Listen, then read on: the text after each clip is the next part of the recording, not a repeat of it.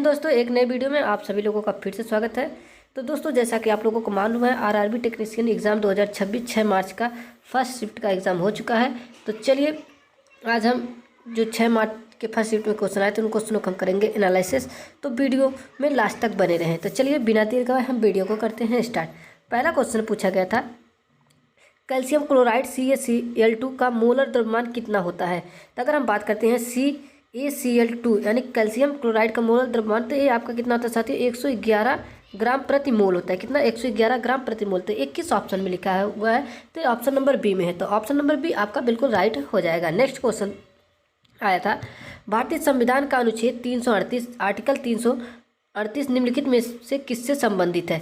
तो अगर हम बात करते हैं आर्टिकल 338 जो साथियों ये किससे संबंधित है, तो ये आपका साथियों राष्ट्रीय अनुसूचित जाति आयोग से संबंधित है। तो 21 ऑप्शन में ऑप्शन नंबर बी में है। तो ऑप्शन बी आपका बिल्कुल राइट हो जाएगा। चलिए नेक्स्ट क्वेश्चन पूछा गया था, श्री एस कृष्णन को जम्मू कश्मीर बैंक का अंशकालिक अध्यक्ष यानी पार्ट टाइम चेयरमैन नियुक्त करने की मंजूरी किसने दी थी।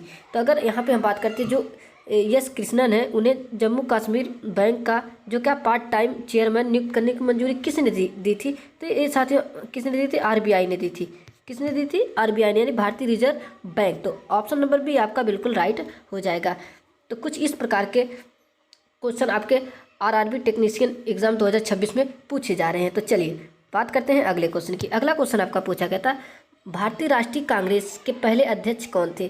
तो बहुत ही आसान क्वेश्चन है। तो ये कौन थे साथियों, A.O. ह्यूम थे। तो ऑप्शन ए आपका बिल्कुल राइट हो जाएगा। नेक्स्ट क्वेश्चन पूछा गया था, बानू मुश्ताक को उनकी किस श्रेणी की साहित्यिक कृति हार्ट लैब के लिए अंतर्राष्ट्रीय बुकर पुरस्कार 2025 से सम्मानित किया गया था। तो किस यानी कि हार्ट लैब के लिए बुकर पुरस्कार 2025 से किसे सम्मानित किया गया था। तो ये साथियों सम्मानित किया गया था लघु कथा संग्रह के लिए। जब भी बात होगी बानू मुश्ताक को उनकी किस श्रेणी या साहित्यिक कृति हार्ट लैब के लिए बुकर पुरस्कार 2025 से सम्मानित किया गया था, तो लघु कथा संग्रह के लिए। तो ऑप्शन भी आपका बिल्कुल राइट हो जाएगा। चलिए नेक्स्ट क्वेश्चन पूछा गया था, ब्रिटिश सांसद द्वारा ईस्ट इंडिया कंपनी के कार्यों को विनियमित और नियंत्रण के लिए पारित किया गया पहला अधिनियम कौन सा था। तो बात करते हैं, तो ये आपका साथियों regulating act 1773। Option number B आपका बिल्कुल राइट हो जाएगा। चलिए बात करते हैं नेक्स्ट क्वेश्चन। नेक्स्ट क्वेश्चन पूछा गया था आपका, भारतीय संविधान के अनुच्छेद 240 के तहत भारत के राष्ट्रपति को निम्नलिखित में से किस केंद्र शासित प्रदेश के लिए नियम बनाने की शक्ति प्रदान नहीं है। तो बहुत ही बढ़िया क्वेश्चन ही पूछा गया था। ये साथी किस केंद्र शासित प्रदेश के लिए नहीं है, तो ये चंडीगढ़ के लिए। तो ऑप्शन सी आपका बिल्कुल राइट हो जाएगा। चलिए नेक्स्ट क्वेश्चन आपका पूछा गया था, लूनी नदी के बारे में निम्नलिखित में से कौन सा कथन सही है। तो बात करते हैं लूनी नदी के बारे में जो कथन है कौन सा सही है। तो ये आपका साथ ही गुजरात के कच्छ के रण के दलदल में लुप्त हो जाती है। ये कथन आपका क्या बिल्कुल सही है। तो ऑप्शन भी आपका बिल्कुल राइट हो जाएगा। नेक्स्ट क्वेश्चन आपका पूछा गया था, मानव शरीर की आंत की आंतरिक परत में मुख्य रूप से कौन सा ऊतक पाया जाता है। तो साथियों जो मानव शरीर की आंत में आंतरिक परत में पूछा जा रहा है, तो कौन सा ऊतक पाया जाता है। तो ये आपका साथियों स्तंभाकार उपकला ऊतक पाया जाता है। तो किस ऑप्शन में है, तो ये ऑप्शन बी में है। तो ऑप्शन बी आपका बिल्कुल राइट हो जाएगा। चलिए बात करते हैं अगले क्वेश्चन की। अगला क्वेश्चन आपका पूछा गया था, पौधों में जल और खनिजों का परिवहन मुख्य रूप से किसके द्वारा किया जाता है। जब भी बात होती है पौधों में जल और खनिजों का परिवहन मुख्य रूप से किसके द्वारा साथियों परिवहन किया जाता है, तो ये आपका साथियों जाइलम के द्वारा किया जाता है। तो जाइलम आपका किस ऑप्शन में है, तो जाइलम आपका साथियों ऑप्शन नंबर बी में है। तो ऑप्शन बी आपका बिल्कुल राइट हो जाएगा। नेक्स्ट क्वेश्चन पूछा गया था, निम्नलिखित में से कौन सा नर्तक शास्त्रीय उड़ीसी नृत्य शैली से संबंधित। तो नर्तक शास्त्रीय उड़ीसी नृत्य जो शैली ये साथियों कौन सा संबंधित है। तो ये आपका अगर बात करते हैं साथियों, ये आपका केलुचरण महापात्र संबंधित है। तो ऑप्शन बी आपका बिल्कुल राइट हो जाएगा। ठीक है, चलिए बात करते हैं नेक्स्ट क्वेश्चन की। अगला क्वेश्चन आपका पूछा गया था, संयोजी ऊतक का प्राथमिक कार्य क्या होता है।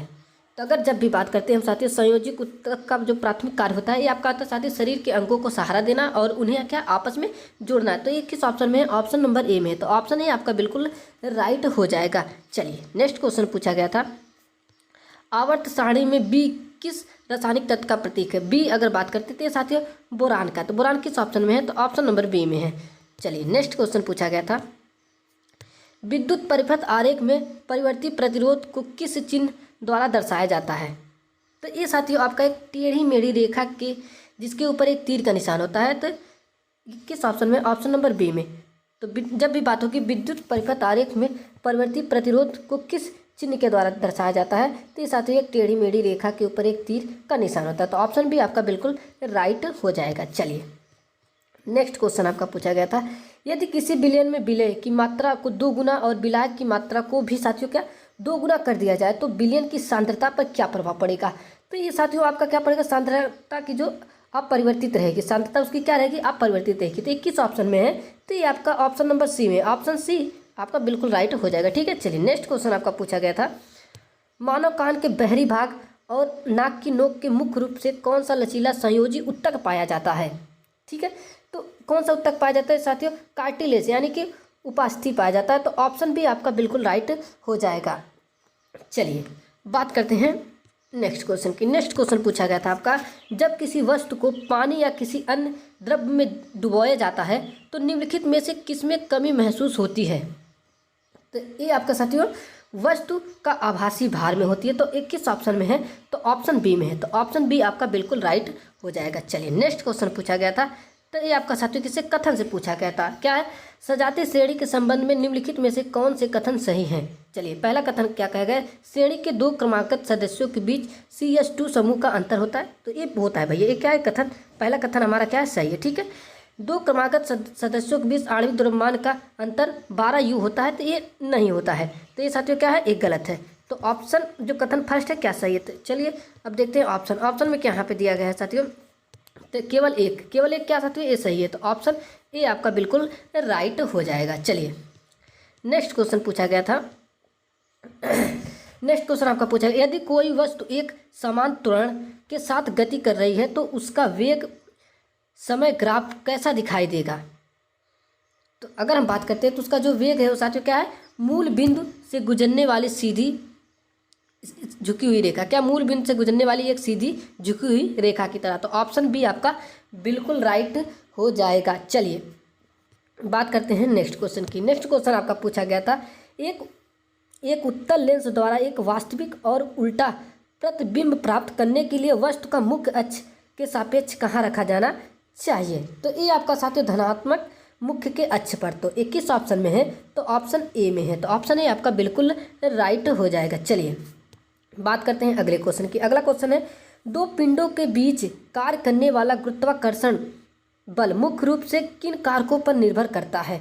तो बहुत ही बढ़िया क्वेश्चन है, आपका एग्जाम में पूछा गया। तो 2 पिंडों के बीच कार्य करने वाला गुरुत्वाकर्षण बल मुख्य रूप से किन कारकों पर क्या साथियों निर्भर करता है?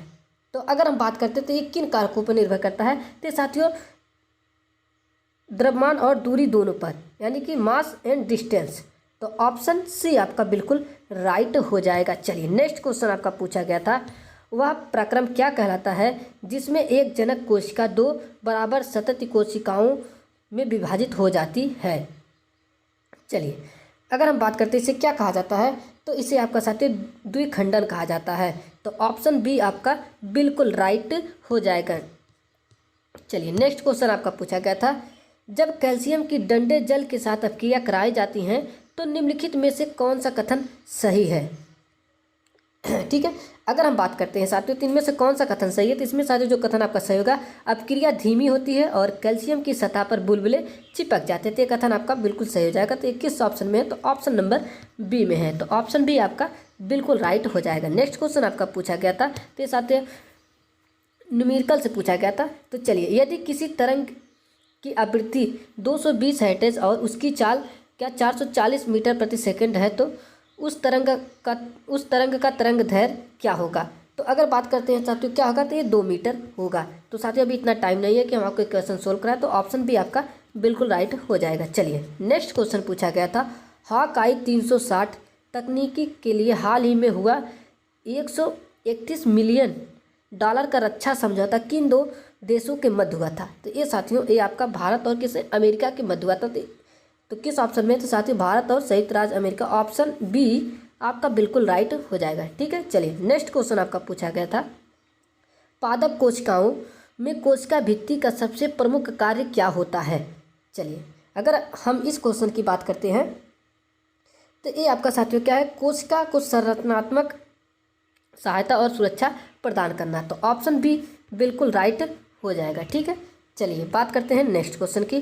तो ये भी साथियों आपका न्यूमेरिकल से पूछा गया था। यदि एक उत्तल दर्पण के लिए वक्रता त्रिज्या क्या साथियों 4 सेंटीमीटर है और प्रतिबिंब की दूरी क्या है साथियों 6 सेंटीमीटर है, तो वस्तु की दूरी ज्ञात कीजिए।